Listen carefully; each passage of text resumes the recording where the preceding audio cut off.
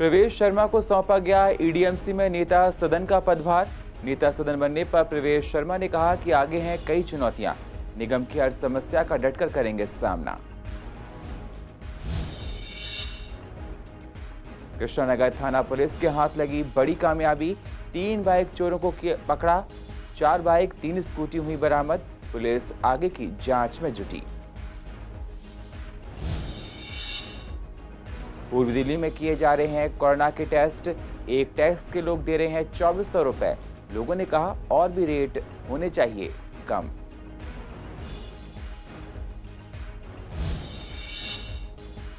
शकरपुर में लोगों ने चाइनीज सामान का जलाकर चाइना का किया विरोध। चाइनीज सामान का बहिष्कार करने की लोगों से की अपील।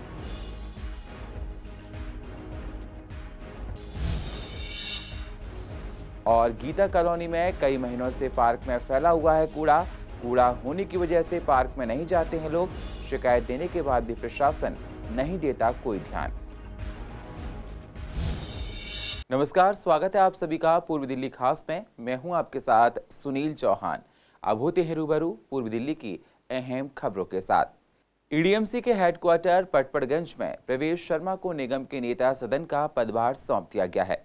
निर्मल जैन ने उनको नेता सदन का पदभार दिया है। इससे पहले निर्मल जैन नेता सदन थे, 2 साल तक वो रहे, लेकिन अब वो निगम के मेयर बनने जा रहे हैं। पदभार ग्रहण करने के बाद नेता सदन निर्मल जैन का कहना है कि उनके आगे और भी कई चुनौतियां हैं। एक तो वैसे भी कोरोना काल चल रहा है, निगम के पास रेवेन्यू की कमी है, दिल्ली सरकार निगम को फंड नहीं दे रही है, जिससे आने वाले दिनों में लोगों को सैलरी देने में परेशानियां आएंगी। हम लोग इस समस्या को हल करने के लिए हर रास्ता निकालने की सोच रहे हैं। जिन हालातों में इस बार पदभार मिला है, हर तरीके से वो त्रस्त माहौल है।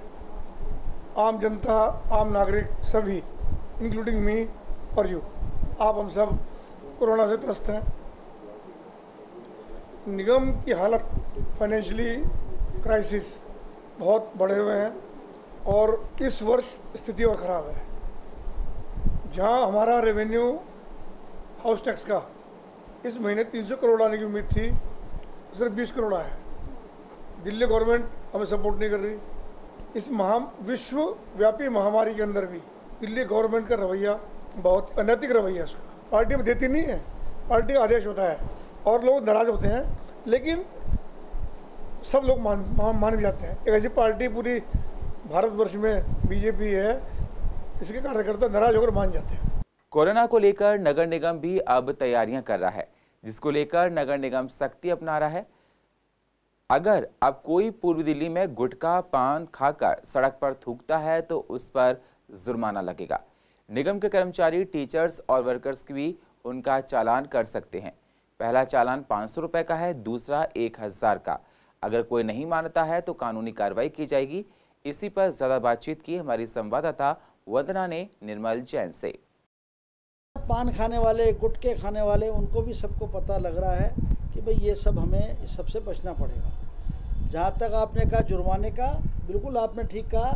भारत सरकार के गृह मंत्रालय ने बड़े क्लियर कट आदेश दिए हुए हैं सिविक बॉडीज को, पूरे देश की सिविक बॉडीज को, केवल यहीं नहीं, पूरी देश की जो नगर पालिकाओं को जितने निकाय हैं, नगर निकाय हैं, उनको सबको ये आदेश दिए हैं कि इस तरीके का कोई भी थूक के ऊपर या कोई भी थूकता है या गंदगी करता है या पान खा करके पी को, जिस तरह से हम देखते हैं लोगों की आदत बनी हुई है, तो उस पर चलान हमें करने हैं और साउथ दिल्ली ने करे हैं। नहीं, बिल्कुल आपने जो चलान की प्रक्रिया बताई, चलान के रेट बताए, वही हैं जो पूरे गृह मंत्रालय के आदेश पर, और हम उसको पूरी सख्ती से लागू करेंगे। चलिए, तो गुटखा पान सुपारी खाना पड़ सकता है महंगा। जी हाँ, इस तरीके की बातें निकल कर आ रही हैं और ये कहा जा रहा है कि ईस्ट एमसीडी हो या कोई भी एमसीडी हो, उन्होंने जुर्माने का प्रावधान रखा है। अगर कोई कोरोना काल के समय में थूकता हुआ पाया जाता है तो उस पर पहली बारी में 500 रुपये का चालान, और कई बार अगर देखा जाए तो 1000 रुपये का चालान जो है वो भी उससे जुर्माना वसूला जा सकता है। तो ऐसे में सख्ताई बहुत ज़्यादा होती जा रही है और जो लोग गुटखा पान सुपारी खाने के आदी हैं उनको अब फूक फूक कर कदम रखने होंगे। कैमरा पर्सन मोहित के साथ मैं वंदना कश्यप कैंत, CCN। दिल्ली में कोरोना से हाल बेहाल है। दिल्ली में लगभग 20,000 से ज़्यादा टेस्ट हर रोज़ किए जा रहे हैं, जिससे लोगों में कोरोना कम फैले। वैसे दिल्ली में कोरोना की जांच कम रेट्स में की जा रही है। अब दिल्ली में कोरोना की जांच के लिए 2400 रुपये लिए जा रहे हैं। फिर भी पूर्व दिल्ली की आवाम का कहना है कि अभी भी टेस्ट के रेट ज़्यादा हैं। लॉकडाउन की वजह से लोगों के काम धंधे ठप हो गए हैं। ये पैसे देने में भी परेशानियां हो रही हैं। जांच के लिए 500 रुपये लिए जाएं, जिससे हर कोई व्यक्ति इस बीमारी की जांच करा सके। देखो, पहले जो कोविड-19 का जो टेस्ट था 4500 के आसपास पड़ता था। अब जरूर 2400 रुपये का कर दिया सरकार ने, पर आज के टाइम पे लॉकडाउन के दौरान जो बिजनेस लोगों के ख़त्म हो गए, रोज़गार आप खुद देख लीजिए, सड़कों पे सन्नाटा है, बाज़ार में ग्राहक नहीं है, पैसा जेब में है नहीं, और वो जो हालत हो रही है इस टाइम बहुत ख़राब है सरकार लोगों की।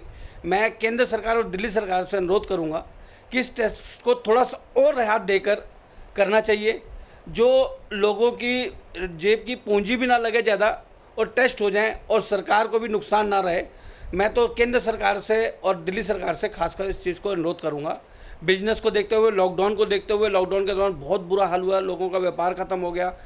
मेरे को लगता है कि 2020 में भी व्यापार उठेगा या नहीं उठेगा, पर जेब जो है वो ढीली हो गई।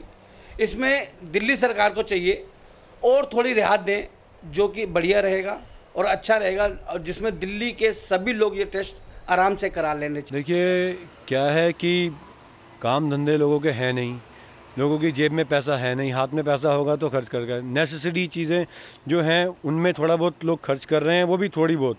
अब वही नहीं इतना लोग जुटा पा रहे अपने लिए, तो टेस्ट के लिए कहाँ से जुटा पाएंगे। तो ये भी मेरे ख्याल से ज़्यादा अमाउंट है। एक आम लोगों की ज़िंदगी में आप सोचें, गरीब लोगों की ज़िंदगी में सोचें, मिडिल क्लास में सोचें, तो बात तो उन्हीं की होती है।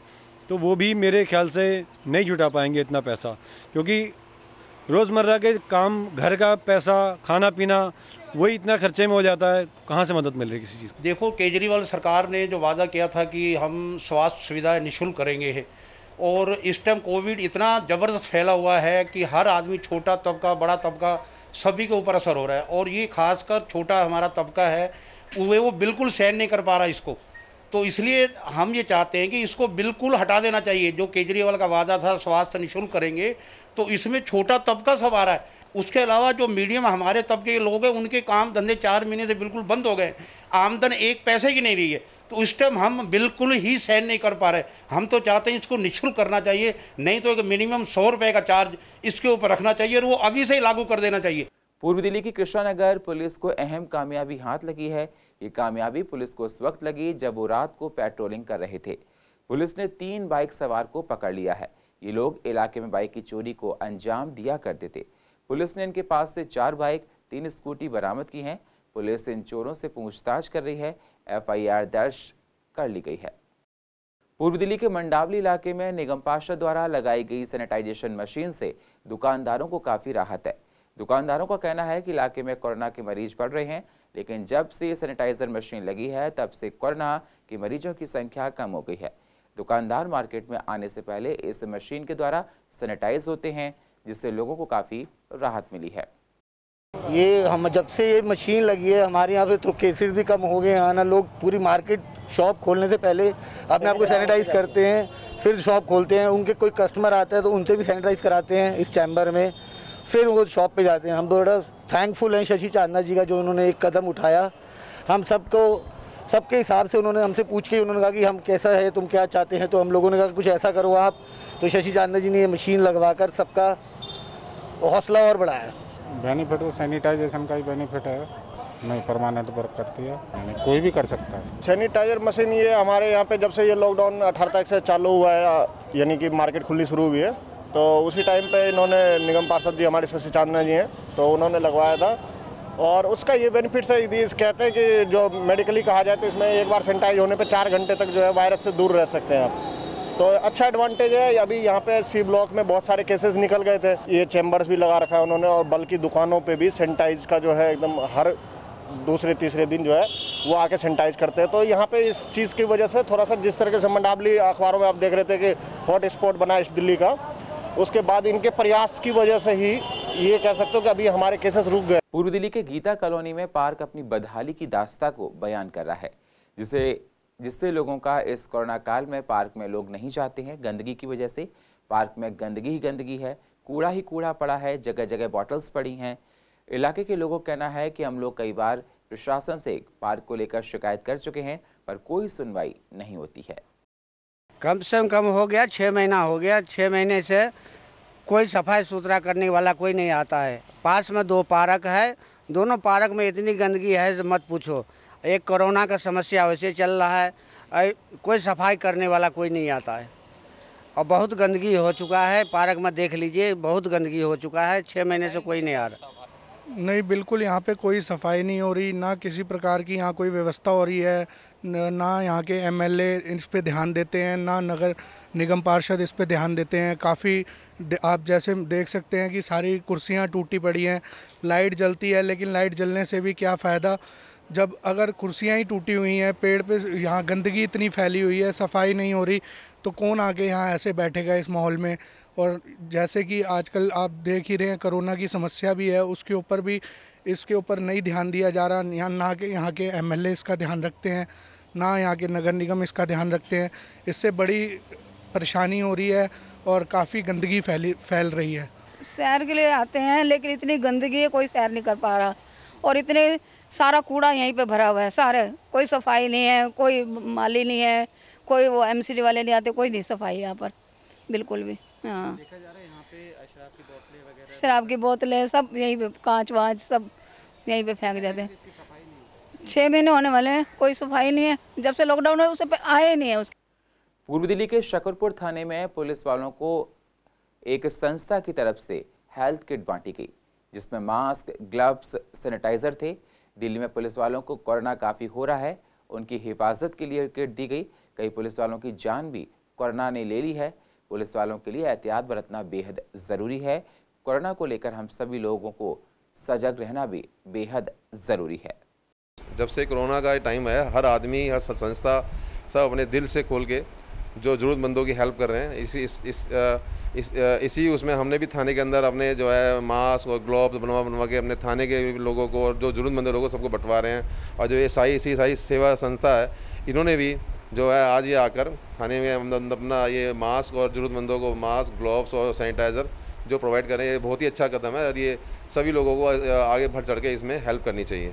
हाँ, बिल्कुल जाहिर है, बिल्कुल मदद मिलेगी। बिल्कुल अगर ये सब सेफ्टी प्रिकॉशन सबका पूरा तरीके से इसका उपयोग किया जाए तो कोरोना से जो है बचा जा सकता है। ये जब से ही कोरोना की महामारी आई है, हम लोगों ने पहले लंगर किया, पुलिस को पानी पैकेट्स वगैरह पे दिए और अभी हम 1 महीने से यूपी में, उत्तराखंड में और दिल्ली पुलिस के जवानों को, जिन्होंने हमारे लिए इतनी सेवा करी है, उनको हम ये सब किट्स वगैरह दे रहे हैं।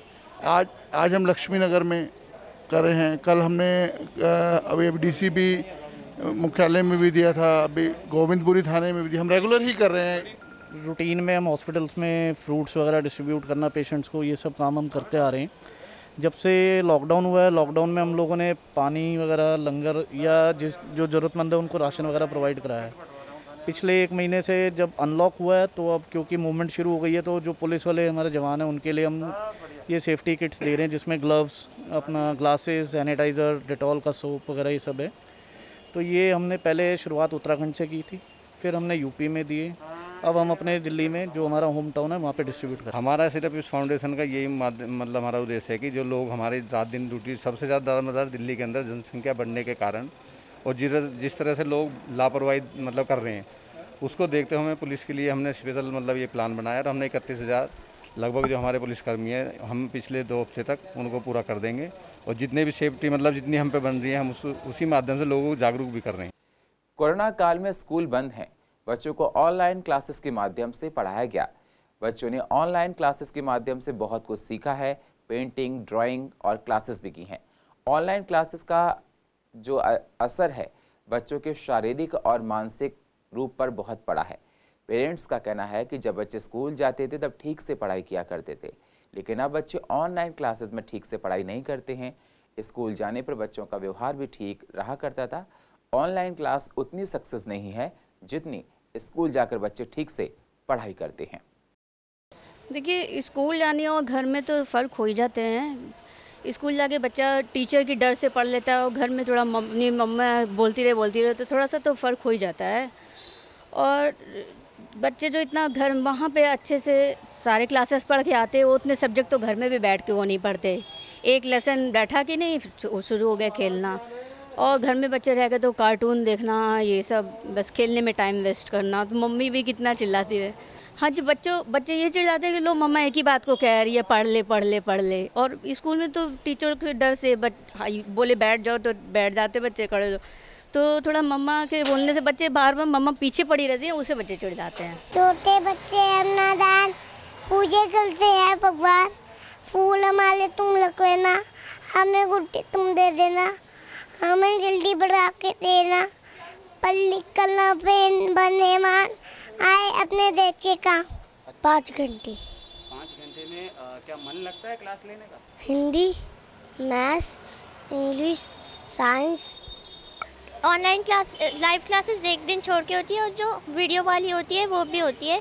और जो वीडियो वाली होती है वो 9 बजे से शुरू होती है, और जो लाइव होती है वो 8 बजे से ही शुरू हो जाती है।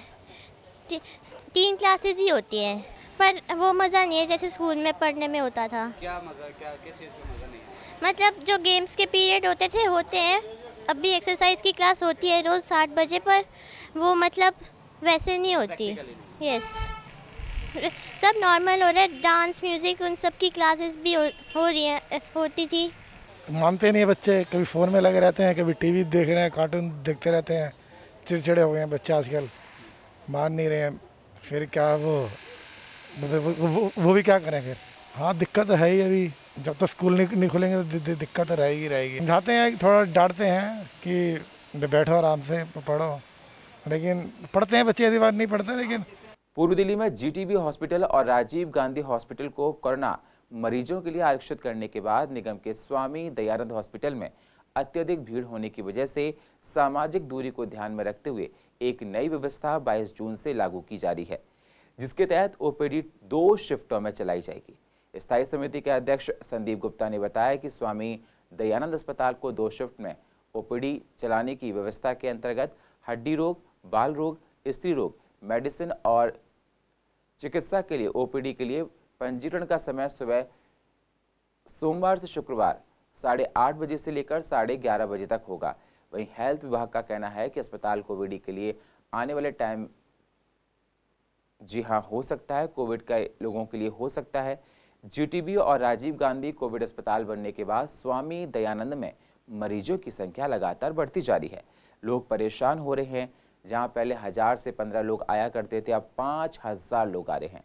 अस्पताल में सोशल डिस्टेंसिंग की धज्जियां उड़ रही हैं। लोगों के मन में कोरोना को लेकर डर भी बना हुआ है।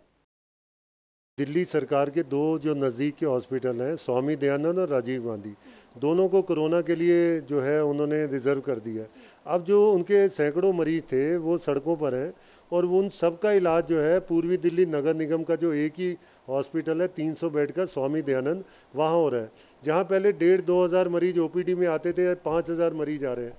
तो लोड बढ़ गया, और साथ में हमें सोशल डिस्टेंसेस, मतलब उनमें आपस में दूरी हो, इसे भी मेंटेन करना है। तो हमने 2 शिफ्टें की हैं। एक शिफ्ट है सुबह 8:30 से लेकर 11:30 बजे तक। और मैं जनता की सुविधा के लिए ये भी बता देता हूँ कि जो सुबह की शिफ्ट है उसमें हड्डी रोग विशेषज्ञ, बाल रोग विशेषज्ञ, स्त्री रोग विशेषज्ञ, मेडिसिन और सर्जरी, ये 5 जो डॉक्टर्स हैं ये सुबह 8:30 से 11:30 बजे ओपीडी में बैठेंगे। और दूसरी जो ओपीडी है वो 11:15 से लेके और 1:45 बजे तक चलेगी। उसके अंदर नाक और गले के डॉक्टर, त्वचा के डॉक्टर, नेत्र के डॉक्टर और दांतों के डॉक्टर रहेंगे। तो मेरा सभी दर्शकों से, जो हमारे पूर्वी दिल्ली के नागरिकों से निवेदन है कि इसी व्यवस्था के हिसाब से स्वामी दयानंद हॉस्पिटल में आए। आपके लिए बाहर हमने टोकन की व्यवस्था भी की है, जिससे कि अंदर भीड़ भाड़ ना हो। दिल्ली सरकार ने जितने भी हमारे एमसीडी के अस्पताल हैं सबकी लिस्ट मांगी थी, जिसमें कि हमारा हिंदू राव को ऑलरेडी कोविड हॉस्पिटल बनाया भी गया है। तो हमारे जो बेड की क्षमता है तकरीबन 370 है स्वामी दयानंद अस्पताल की। हमने सारी लिस्ट दे दी है। जो जीटीबी अस्पताल है उसकी क्षमता थी कई सौ बेड होगी, 1400-1500 बेड तकरीबन उसमें हैं और हमारे 370 बेड हैं। तो पेशेंट्स इतना ज़्यादा वर्कलोड आ चुका है स्वामी दयानंद अस्पताल पे, इसी वजह से हमने 2 टाइम की OPD शुरू की है वहाँ। सुबह अलग डॉक्टर्स देखते हैं, शाम को अलग डॉक्टर्स की टीम देखती है वहाँ। अगर केसेस इतनी बुरी तरह बढ़ गए कि उसे भी कोविड में तब्दील करना पड़ा तो वो तो किया ही जाएगा, फिर तो कोई बात ही नहीं है।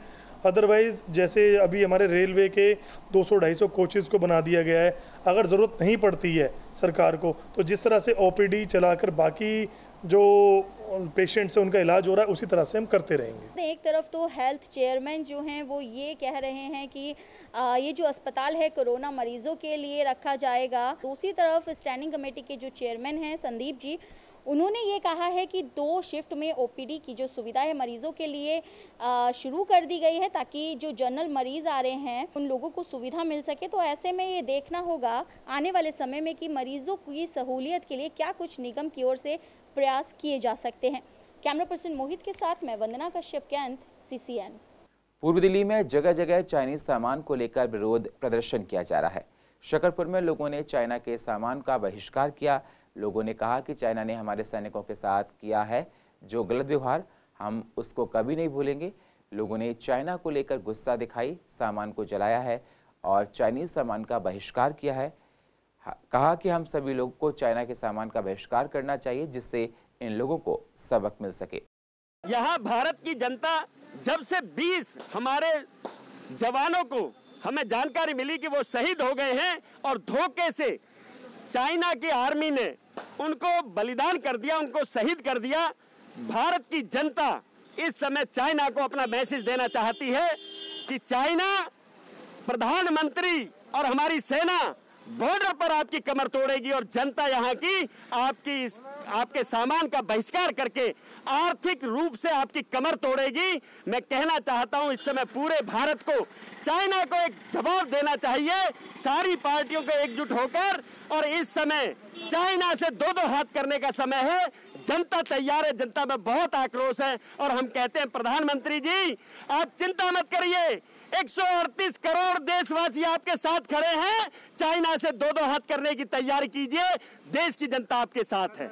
आम जनता की तरह है हम सारे लोग। इसमें हमने सभी पब्लिक से आह्वान किया था कि जितने भी चाइना के आइटम हम लोग जाने अनजाने में खरीद लेते हैं वो सब हम वापस लाएं। अब उसका आज होली जलाएंगे, क्योंकि जिस तरीके से अभी हमारे सैनिकों को चीन के सैनिकों ने हमारे शहीद किया है उसका पूरा विरोध करते हैं हम। एक तो देख रहे हैं कोरोना जिस तरीके से चाइना ने करा, आज वो हमारे लोगों के ऊपर, हमारे सैनिकों बॉर्डर पे जिस तरह के दुर्व्यवहार कर रहे हैं, उनको जान से मार रहे हैं, तो हमारा बिल्कुल विरोध बनता है। वहाँ बॉर्डर पे हमारे सैनिक लड़ रहे हैं, यहाँ देश में हम लोग लड़ रहे हैं एक छोटे से सैनिक बन के, कि उनका सामान हम बिल्कुल नहीं खरीदेंगे।